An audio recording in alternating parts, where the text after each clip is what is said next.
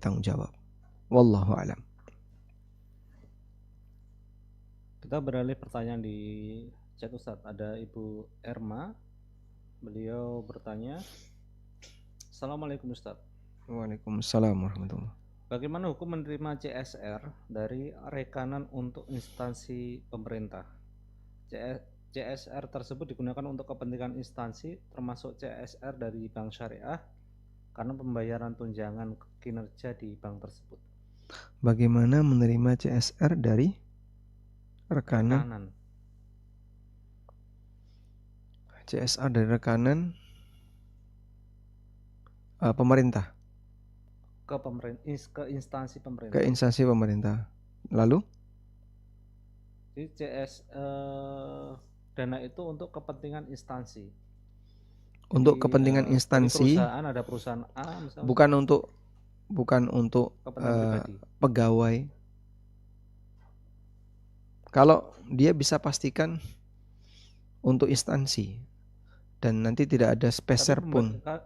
Kalau pertanyaan di sini adalah untuk pembayaran tunjangan, Ustaz. Sepertinya untuk karyawan. Kalau untuk pembayaran tunjangan jelas itu sogok. Mau disebut CSR, mau disebut suap, mau disebut sogok, gratifikasi, statusnya sama. Semuanya adalah dosa. Dan bahkan ini harta ghulul, apabila disepakati berarti itu rishwah, dosanya lebih besar. Kalau itu sifatnya sukarela dari perusahaan klien, maka itu adalah harta ghulul. Dan ghulul berbahaya karena ancaman dari Nabi SAW, orang yang ghulul tidak akan mendapatkan syafaat dari beliau kelak di hari kiamat. Nah, insyaallah. Ini ada pertanyaan juga yang menarik, Ustaz, dari Ibu Dwi Endah ini. Bagaimana menurut Ustaz tentang bisnis kafling makam muslim, Ustaz? Pada prinsipnya tanah itu berhak untuk dijual, baik dengan cara misalnya dengan cara retail maupun dengan borongan.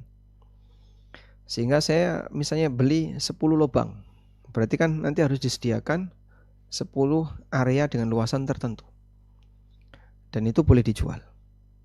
Meskipun boleh juga diwakafkan, dan wakaf lebih bagus. Cuman ketika ada yang menjual seperti itu, tidak masalah.